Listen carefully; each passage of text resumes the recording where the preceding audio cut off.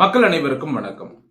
திருமாவளவன் காட்டுமன்னார் கோவில் தொகுதியில் போட்டியிடுவதாக இருந்து திடீரென பின்வாங்கி இருக்கிறார். இதற்கான காரணமாக நிறைய பேர் நிறைய விஷயங்களை சொல்றாங்க. ஆனா இதனுடைய உண்மையான காரணம் என்ன என்பதை பற்றி இந்த பதிவுல நாம தெளிவா பேச போறோம். பெரும்பாலும் ஊடகங்களில் வராத ஒரு தகவல் தான் அது.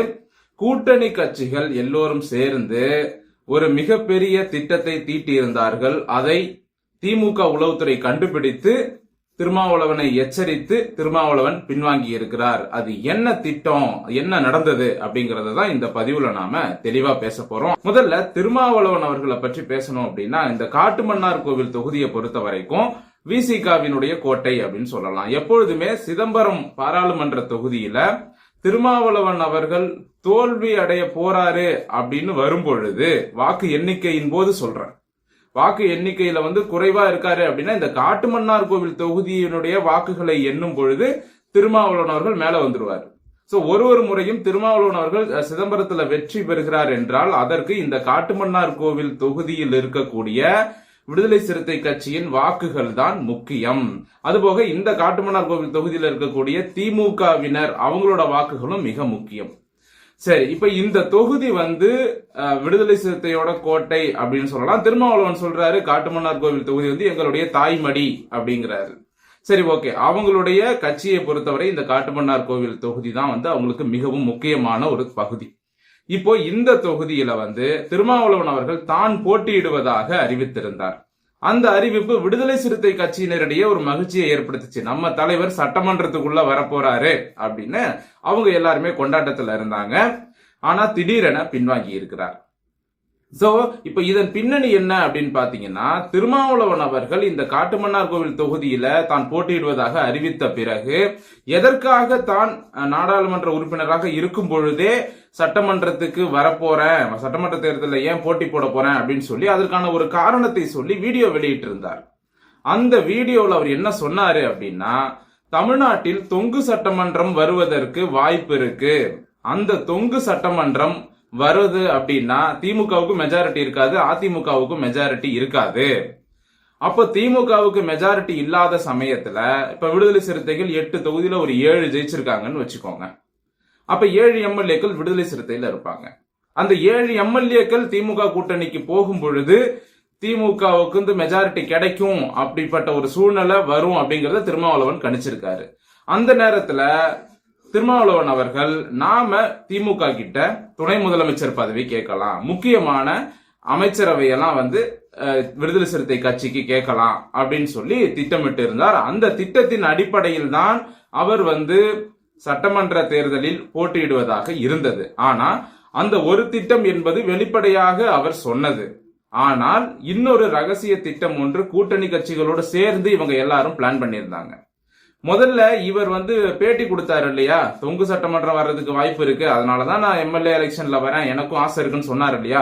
அதற்கு திமுக தலைமையிலிருந்து திருமாவளவனை ஸ்டாலின் அவர்கள் தொடர்பு கொண்டு, நாம தோக்க போறது தெரிஞ்சு போச்சு, நமக்கு வாக்குகள் வராதுன்னு தெரிஞ்சிருச்சு, ஆனா இப்படி பொது வெளியில ஏன் சொன்னீங்க, நமக்கு மெஜாரிட்டி கிடைக்காது அப்படிங்கிறது தான் உண்மை, நமக்கு சர்வே முடிவும் அப்படிதான் வருது, ஆனா நீங்க இப்படி பொது வெளியில போட்டு உடைச்சது நம்ம கட்சியினுடைய நம்ம கூட்டணியினுடைய வீக்னஸ காட்டுது அப்படின்னு சொல்லி ஸ்டாலின் அவர்கள் திருமாவளவன் கிட்ட வருத்தம் தெரிவிச்சதா சொல்லப்படுது. இதற்கு பிறகு இந்த மாதிரி பேசாதீங்க அப்படின்னு ஸ்டாலின் அவர்கள் திருமாவளவன் சொல்லிட்டார். அதற்கு பிறகு அவர் தொங்கு சட்டமன்றம் பற்றி பேசினதே இல்லை. ஆனா இப்ப திடீர்னு அவர் அந்த காட்டுமன்னார் கோவில் தொகுதியில் போட்டியிடுவதில்லை, அதற்கு பதிலாக நான் வேற ஒருத்தரை நிப்பாட்டுறேன் அப்படின்னு சொல்லிட்டாரு. அதாவது காட்டுமன்னார் கோவில் தொகுதியில அந்த ஊரை சேர்ந்த இளைய பெருமாள் பட்டியல் சமுதாய மக்களிடையே ஒரு பெரிய தலைவராக பார்க்கக்கூடிய, அந்த காலத்துல பார்க்கப்பட்ட இளைய பெருமாள் அவர்களினுடைய கடைசி மகன், அவருக்கு தான் சீட் கொடுத்திருக்காங்க. இப்போ இதுல திருமாவளவன் பின்வாங்கினதுக்கு 2வது காரணம் ஒண்ணு சொல்லியிருந்தேன் இல்லையா, கூட்டணி கட்சிகளோடு சேர்ந்து ஒரு திட்டம்னு. அது என்ன திட்டம் அப்படின்னா, இப்ப திமுகவுக்கு மெஜாரிட்டி கிடைக்கலன்னு வைங்க, திருமாவளவன் கிட்ட ஒரு 7 தொகுதி இருக்கு, சரிங்களா, 8ல இருந்து 7 கூட வேணாங்க, 5 இருக்குன்னு வச்சுப்போங்க. இப்போ அதே போல மதிமுக இருக்கு, இந்த பக்கம் கம்யூனிஸ்ட் இருக்கு, அதே நேரத்துல காங்கிரஸும் இருக்கிறது, இன்னொரு பக்கம் இந்த முஸ்லிம் லீக் கட்சிகள்லாம் இருக்கு. இப்படி திமுகவில் இருக்கக்கூடிய கூட்டணி கட்சிகள் இவங்க எல்லாருக்கும் சேர்த்து ஒரு 30ல இருந்து 40 சீட் கிடைக்குதுன்னு வைங்களேன். அப்ப திமுகவுக்கு மெஜாரிட்டி இல்லாத சமயத்தில் இந்த கூட்டணி கட்சிகள் எல்லோரும் ஒன்று சேர்ந்து திமுகவிடம் ஆட்சி அதிகாரத்தில் பங்கு கேட்பதற்கு முயற்சி மேற்கொண்டிருக்கிறார்கள். அதனாலதான் திருமாவளவன் அவர்கள் சட்டமன்ற தேர்தலில் போட்டியிடுவதாக அறிவித்த உடனேயே நம்ம வைகோ அவர்களினுடைய மகன் துரை வைகோ சென்னையில் திருமாவளவனை ஒரு நட்சத்திர விடுதியில் சந்தித்து 2 பேரும் நிறைய விஷயங்கள் பேசியிருக்காங்க. திருமாவளவனுடைய இந்த டிசிஷன் உண்மையிலே வரவேற்கத்தக்கது அப்படின்னு வைகோ, துரை வைகோ இவங்கெல்லாம் திருமாவளவனை பாராட்டி, அதாவது போன்லயும் பாராட்டியிருக்காங்க. ஒரு நட்சத்திர விடுதியில சந்திப்பு ஏற்படுத்தி பாராட்டினது மட்டும் இல்லாம அந்த நட்சத்திர விடுதியில தான் திருமாவளவனும் துரை வைகோவும் சில திட்டங்களை தீட்டி இருக்கிறார்கள். கூட்டணி கட்சிகள் எல்லாரையும் வர வைக்கிறது ஏன் பொறுப்பு அப்படின்னு துரை வைகோ வாக்குறுதி கொடுத்திருக்காராம் திருமாவளவன் கிட்ட. நீங்க எம்எல்ஏவுக்கு நில்லுங்க, காட்டுமன்னார் கோயிலில் நிச்சயமா நீங்க ஜெயிச்சிருவீங்க.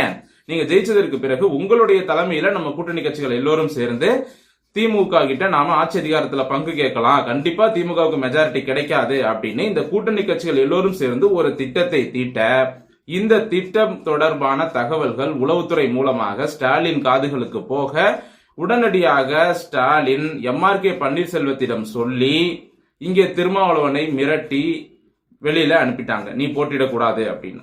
ஆனா அதற்கு முன்னாலே பாத்தீங்கன்னா திருமாவளவன் காட்டுமன்னார் கோவில் தொகுதியில் போட்டியிடுவது எம்ஆர்கே பன்னீர்செல்வத்துக்கு ஒரு உறுத்தலாவே இருந்துச்சு. ஏன்னா காட்டுமன்னார் கோவில் தொகுதி என்பது எம்ஆர்கே பன்னீர்செல்வத்தோட சொந்த ஊரு, சொந்த தொகுதி. அதாவது அவர் பிறந்த ஊர் அந்த தொகுதியில வருது. அப்படி இருக்கும் பொழுது எம்ஆர்கே பன்னீர்செல்வத்தோட சொந்த ஊர்ல திருமாவளவன் வெற்றி பெறுவதை நம்ம எம்ஆர்கே பன்னீர்செல்வம் விரும்பவில்லை. அதனாலதான் 2016 மக்கள் நல கூட்டணியின் பொழுது திருமாவளவன் போட்டியிட்ட பொழுது திருமாவளவனுக்கு ஒரு 45,000 ஓட்டு தான் கிடைச்சது. 45,000 இருந்து ஒரு 50,000 அந்த ரேஞ்சில தான் ஓட்டு கிடைச்சது. பெரும்பாலும் திமுக கட்சியில் இருக்கக்கூடிய உறுப்பினர்கள் யாருமே விசிகாவுக்கு ஓட்டு போடல. புரியுதுங்களா? அதற்கான காரணம் என்ன அப்படின்னா எம்ஆர்கே பன்னீர்செல்வம் அந்த டைம்ல ஸ்ட்ரிக்டா சொல்லிட்டாரு, அதாவது நம்ம ஊர்ல திருமாவளவன் ஜெயிக்க கூடாது அப்படின்னு. அதனால திருமாவளவனுக்கு விடுதலை சிறுத்தை கட்சியில இருக்கிறவங்க ஓட்டு போட்டாலும் திமுக கட்சியில் இருக்கக்கூடிய பட்டியல் சமுதாய மக்கள் இருக்காங்க இல்லையா, அவங்க யாருமே திருமாவளவனுக்கு ஓட்டு போடல. அவங்க எல்லாருமே எம்ஆர்கே பன்னீர்செல்வத்தோட கட்டுப்பாட்டுல இருக்காங்க. அதனால திமுகவினுடைய ஆதரவு, திமுக கட்சியில் இருக்கக்கூடிய பட்டியல் சமுதாய மக்களோட ஆதரவு இல்லாம திருமாவளவன் தோற்றார். இப்போ இந்த ரகசிய திட்டம் எல்லாம் ஸ்டாலினுக்கு தெரிஞ்ச பிறகுதான் திருமாவளவன் மிரட்டப்பட்டார் அப்படிங்கிறது உண்மை. சோ அதன் அடிப்படையில் மிரட்டப்பட்ட பிறகு திருமாவளவன் பின்வாங்கி விட்டார். சோ அப்ப அதற்கேற்ற மாதிரி வலுவான வேட்பாளரை போடணுங்கிறதுக்காக அந்த இலை பெருமாளோட மகனை போட்டிருக்காங்க. 4 மகன்கள், அதுல 3 பேர் இறந்துட்டாங்க, இன்னொருத்தர் கடைசியா இருக்காரு. இப்போ இதுல இன்னொரு ட்விஸ்ட் என்னன்னா, அந்த புதிய வேட்பாளரை போட்டாங்க இல்லையா காட்டுமன்னார் கோவில்ல, அவர் என்ன சொல்றாருன்னா, காங்கிரஸ் கட்சியில இருக்காங்க, நான் விடுதலை சிறுத்தை கட்சியிலேயே இல்ல, நான் காங்கிரஸ் கட்சியில இருக்கேன், எனக்கு எதுக்கு சீட்டு கொடுத்தீங்க அப்படின்னு கேட்கிறாரு. இருந்தாலும் கட்டாயப்படுத்தி அவருக்கு சீட் என்பது கொடுக்கப்பட்டிருக்கிறது. இது காட்டுமன்னார் கோவில் தொகுதியில விடுதலை சிறுத்தை கட்சியினரிடையே ஒரு அதிருப்தியை உருவாக்கி இருக்கு. அதாவது நம்ம கட்சிக்காக இந்த காட்டுமன்னார் கோவில்ல எவ்வளவோ போராளிகள் கடுமையா உழைச்சிருக்காங்க, கட்சி நிர்வாகிகள் உழைச்சிருக்காங்க. அப்ப காட்டுமன்னார் கோவில் தொகுதிக்கு உட்பட்ட விடுதலை சிறுத்தை கட்சியை சேர்ந்த ஏதாவது ஒரு நல்ல நிர்வாகியை பார்த்து அந்த நிர்வாகிக்கு சீட்டு கொடுத்திருந்தா நல்லா இருந்திருக்கும்.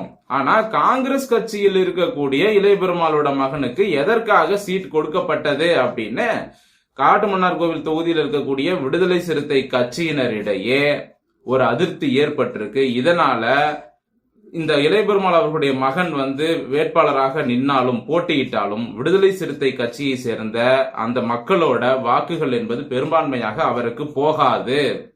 இதுதான் அங்க இருக்கக்கூடிய ஒரு நிலவரம். அதனால காட்டுமன்னார் கோவில் தொகுதியில் விடுதலை சிறுத்தை கட்சி தோல்வி அடைவதற்கான வாய்ப்பும் இருக்கு. ஏன்னா எம்ஆர்கே பன்னீர்செல்வம் விடுதலை சிறுத்தை கட்சியை வெற்றி அடைய செய்ய மாட்டார்.